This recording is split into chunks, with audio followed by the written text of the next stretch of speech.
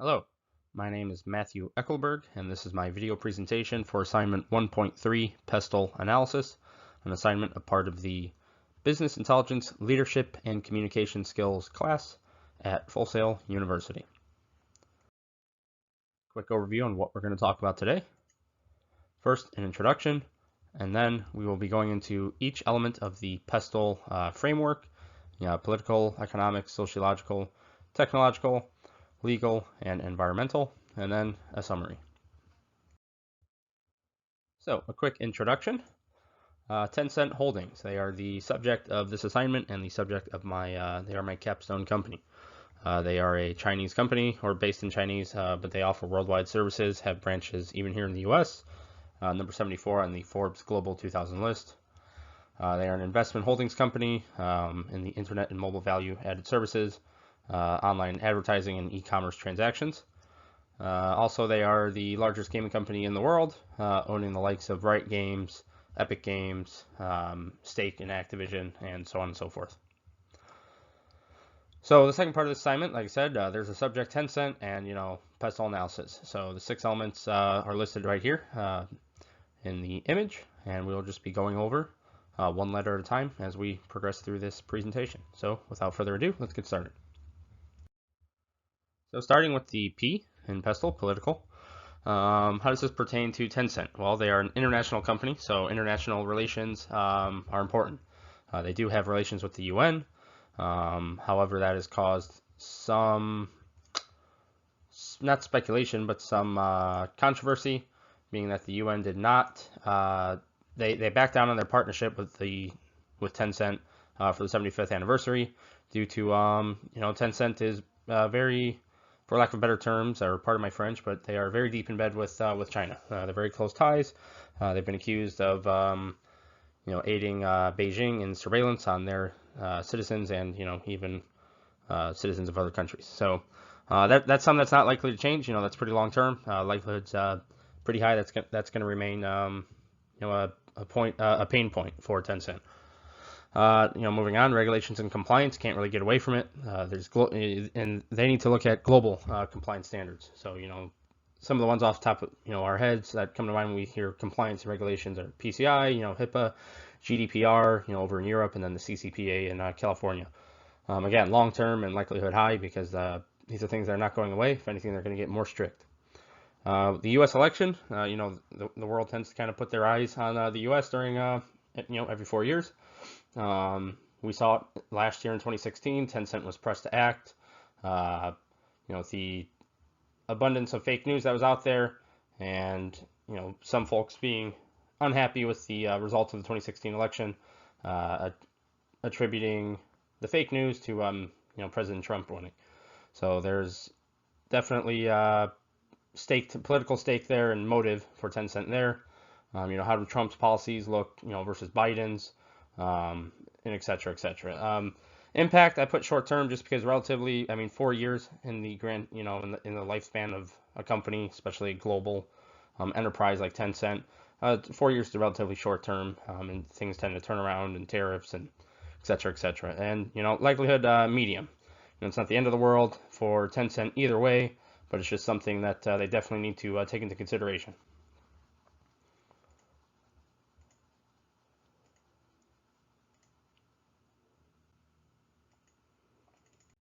Next up, economic.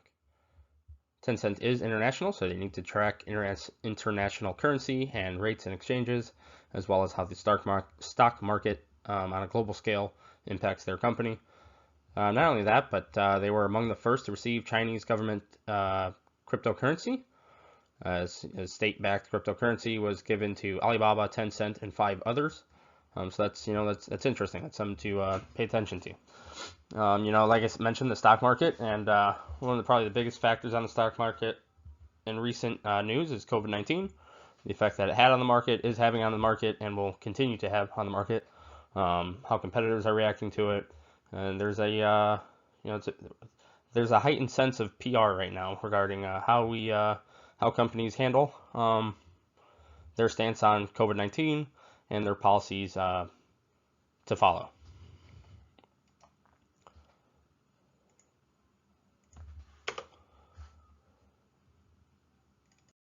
All right, social.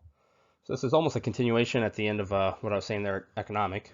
But looking at things such as the work from home revolution and COVID-19. COVID-19 is going to come up in a few of these because it is, one of the most pressing matters of our times right now, and it will continue to be in the spotlight for the foreseeable future. So remote workforce of 2020. Again, this is a PR opportunity. How are companies going to handle this? What policies are going to change? Tencent being the magnitude size that it is, has a responsibility to kind of lead the way and show China, kind of what the standard will be, and not only China, but the rest of the world is watching. So the impact, this is a short or long term thing. I listed because it is unknown. There's a lot of people working from home right now. Will the world just kind of go back to how it was? I don't think so, but time will tell. Moving on to the next table there, COVID-19, how are they handling it? Again, the welfare of their employees. It'll be interesting to see. So these are all societal factors that Tencent needs to pay attention.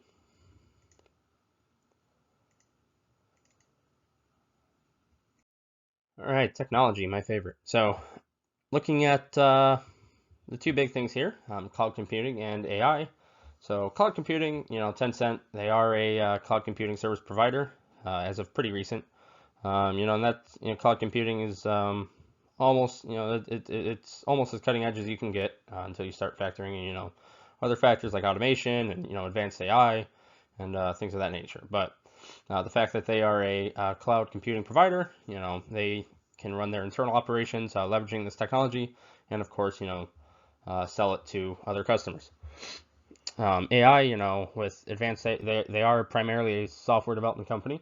And advanced AI is now becoming a little more common practice to assist in that, making programmers more efficient, requiring them to have less keystrokes. And it's similar to a Microsoft Word spell check. We're not quite at the point anybody can do it, but it'll help with syntax and catch bugs early on and things like that. So these are definitely things that Tencent has the resources available to pave the way.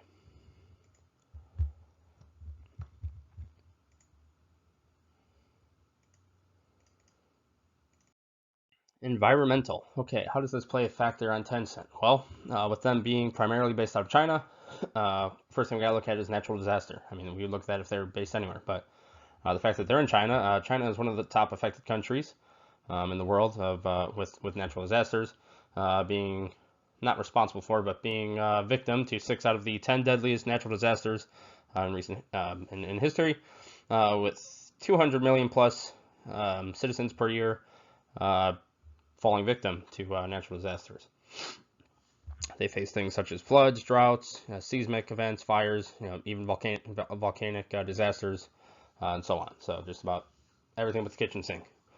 That's something that's not going away for a long time, so that's long term. That's kind of indefinite, and likelihood's high, unfortunately. So these are things that Tencent needs to take into consideration, make sure they have a good disaster recovery plan in place as far as mirroring on the more technical side, and so on and so forth. Getting more into the how is Tencent responsible for the environment. So not only are we need to prepare for the unavoidable natural disasters, but how are we being good stewards of the earth, right? So data center emissions and energy usage. A data center uses more than 100 megawatts of power capability. Has enough power to power 80,000 U.S. households. And then you start looking at opportunities such as, how is Tencent going to be responsible for climate change and be on, the correct side of history there. You start looking at China's emissions versus, the USA. That's always a hot topic. And again, it's another opportunity for good PR, and not only good PR, but cost savings as well. How can we utilize this renewable energy to our advantage to take care of the earth, get some good PR and save money all in the at the same time.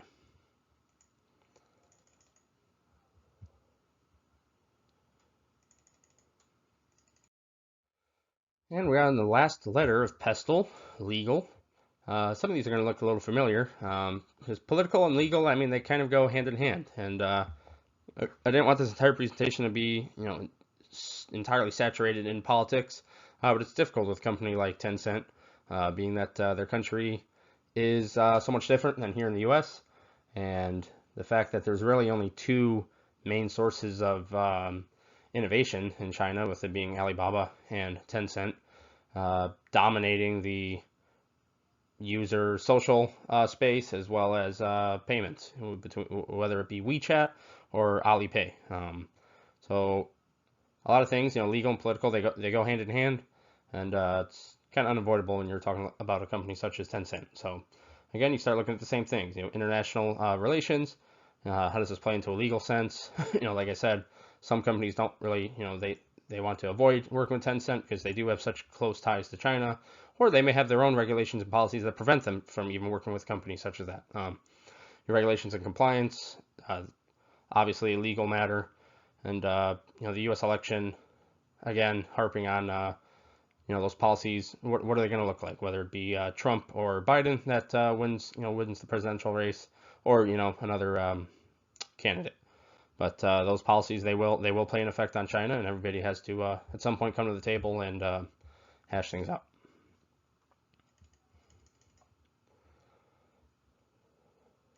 All right, so we made it to the end. A quick summary on what we went over today.